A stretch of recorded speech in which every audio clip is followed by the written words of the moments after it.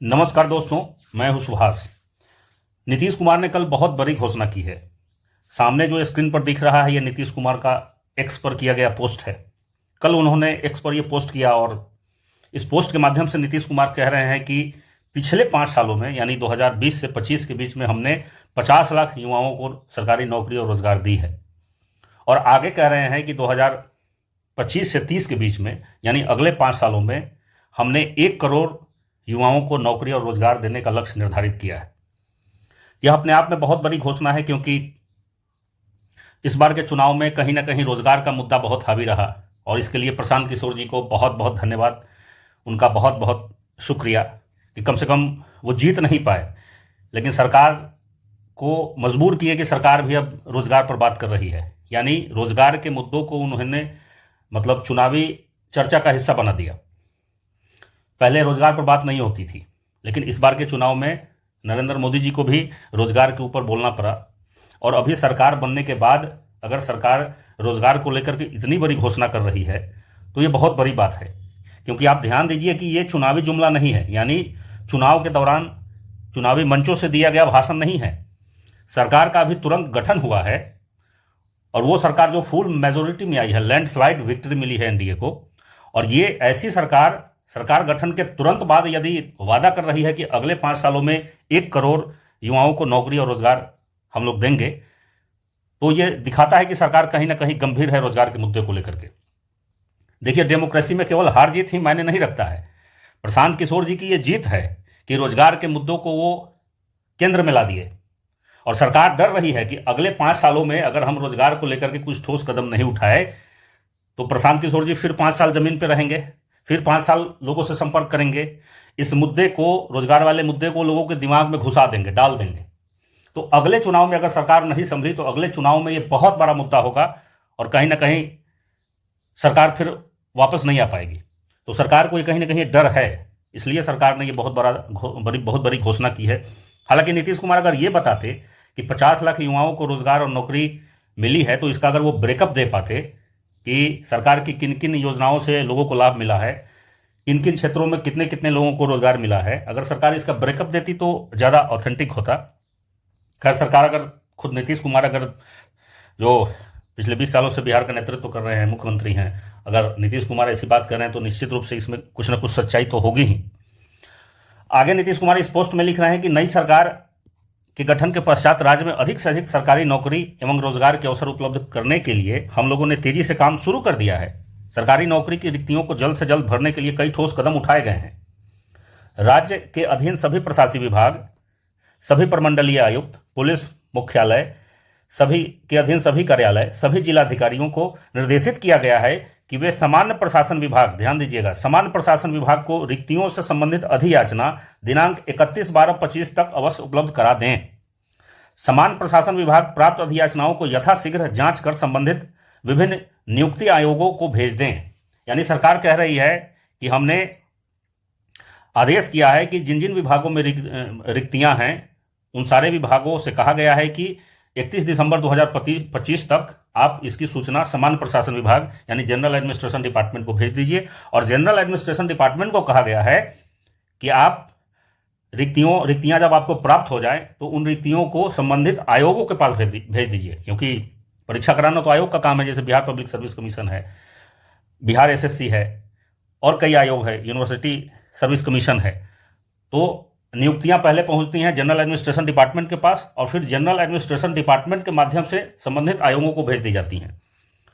तो आगे नीतीश कुमार इस पोस्ट में कह रहे हैं कि सभी नियुक्ति आयोगों एवं चयन एजेंसियों को निर्देशित किया गया है कि जनवरी 2026 में नियुक्ति हेतु पूरे साल का कैलेंडर प्रकाशित करें, जिसमें अन्य आवश्यक सूचनाओं के अतिरिक्त विज्ञापन प्रकाशन की तिथि, परीक्षा आयोजन की संभावित अवधि, अंतिम परीक्षा फल प्रकाशन आदि की तिथि आदि का स्पष्ट उल्लेख हो।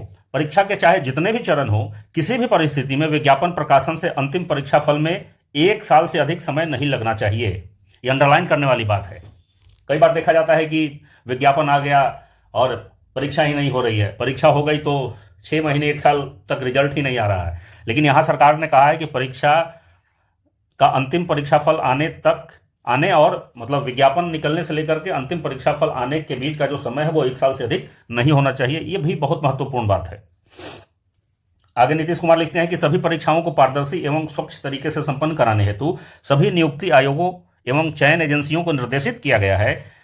परीक्षाओं में अनुचित साधन की रोकथाम के लिए सख्त और तत्काल कार्रवाई की जाए। परीक्षा में किसी भी प्रकार की अनियमितता पाए जाने पर दोषियों को चिन्हित करते हुए उनके विरुद्ध फास्ट ट्रैक कोर्ट के माध्यम से दंडित कराने का निर्देश दिया गया। ये भी एक बहुत महत्वपूर्ण बात है, क्योंकि अक्सर देखा जाता है कि बिहार में लोग कहते भी हैं कि बाकी राज्यों में 3 चरण में परीक्षा फल की घोषणा होती है, 3 चरण में परीक्षाएं आयोजित कराई जाती हैं, प्रारंभिक परीक्षा, मुख्य परीक्षा और इंटरव्यू। लेकिन बिहार में जो परीक्षाओं का आयोजन है वो 5 चरणों में होता है सामान्यतया।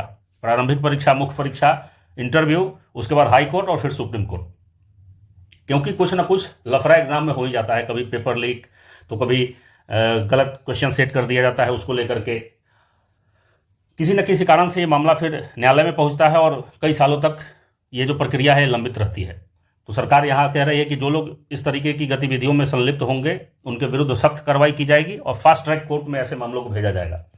आगे नीतीश कुमार लिख रहे हैं कि बिहार में ऑनलाइन परीक्षा, कंप्यूटर बेस्ड टेस्ट यानी सीबीटी हेतु परीक्षा केंद्रों की संख्या को बढ़ाने का भी निर्देश दिया गया है, ताकि परीक्षाओं का आयोजन ससमय एवं सुचारू रूप से किया जा सके। अब यहाँ एक देखने वाली बात है कि जैसे पटना में आप लोग जानते होंगे कि पटना में बाबू परीक्षा परिसर नाम से एक परीक्षा केंद्र, डेडिकेटेड परीक्षा केंद्र बनाया गया है, वहाँ पर सीबीटी भी कराया जाता है। लेकिन सरकार ने बहुत अच्छा सेंटर बनाया है, लेकिन उसका मेंटेनेंस इतना खराब है। अब जैसे एस्केलेटर लगा हुआ है, एस्केलेटर चलता नहीं है, 5वीं मंजिल तक लोग हाँफते हुए सीढ़ियाँ चढ़ रहे हैं। अगर आप शौचालय जाने का आपको नौबत आ गया तो उसके बाद पूरा मूड आपका ऑफ हो जाएगा, उल्टियाँ करते हुए आप बाहर आएंगे। शौचालयों की ये स्थिति है। तो केवल भवन बना देने से उसमें संगमरमर लगा देने से नहीं होगा, उसका मेंटेनेंस भी सही से होना चाहिए। वहाँ लोगों को स्वच्छ पेयजल मिले, एस्केलेटर फंक्शनल हो, साफ सुथरा वॉशरूम हो, इसकी भी सुविधा होनी चाहिए। सरकार को इसका भी ध्यान रखना चाहिए। तो जो अभी वर्तमान का बापू परीक्षा परिसर है उसका मेंटेनेंस रखरखाव बहुत ही घटिया है, बहुत ही निचले दर्जे का। तो सरकार को इस पर भी ध्यान देना चाहिए।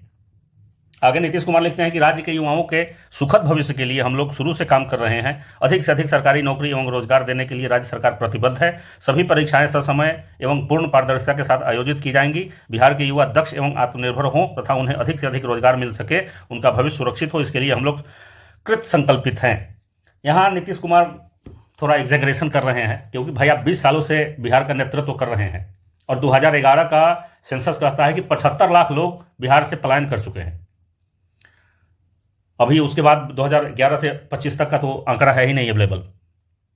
तो 20 सालों से आप क्या कर रहे थे? अभी ही आपकी नींद खुली है। खैर, जब जागो तभी सवेरा। अगर अभी से भी युवाओं का कल्याण हो जाए, 1-2 दशक का समय तो निकल चुका है, लेकिन चलिए 25 से 30 में अगर नीतीश कुमार ऐसा कर पाए तो ये बहुत बड़ी बात होगी।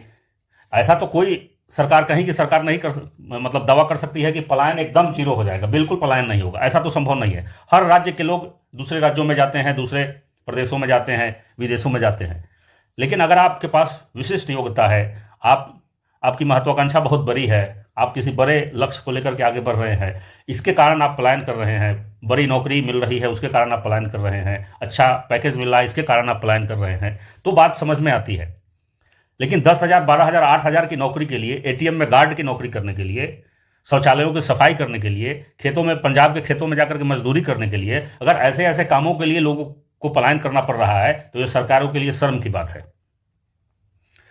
तो खैर, उम्मीद है कि नीतीश कुमार ने जो ये ट्वीट किया है इस पर सरकार अमल करेगी। देखना है कि 31 दिसंबर तक अधियाचना प्राप्त होता है कि नहीं जनरल एडमिनिस्ट्रेशन डिपार्टमेंट को, और जनवरी 2026 में आयोगों की ओर से एग्ज़ाम कैलेंडर जारी किया जाता है या नहीं। फिलहाल जो युवा हैं, जो बिहार में सरकारी नौकरी की आकांक्षा रखते हैं, अपनी तैयारी को जारी रखिए, अपनी तैयारी को धार दीजिए। 1 करोड़ नहीं भी तो सरकार अगर कह रही है तो कुछ न कुछ अवश्य होगा। यानी आगे आने वाले समय में रिक्तियाँ सामने आएंगी सरकारी विभागों में। आप अपनी तैयारी को जारी रखिए। इस वीडियो में इतना ही, फिर मिलेंगे। धन्यवाद। इस पोस्ट के बारे में आपकी क्या राय है, कमेंट करके हमें ज़रूर बताइएगा। धन्यवाद।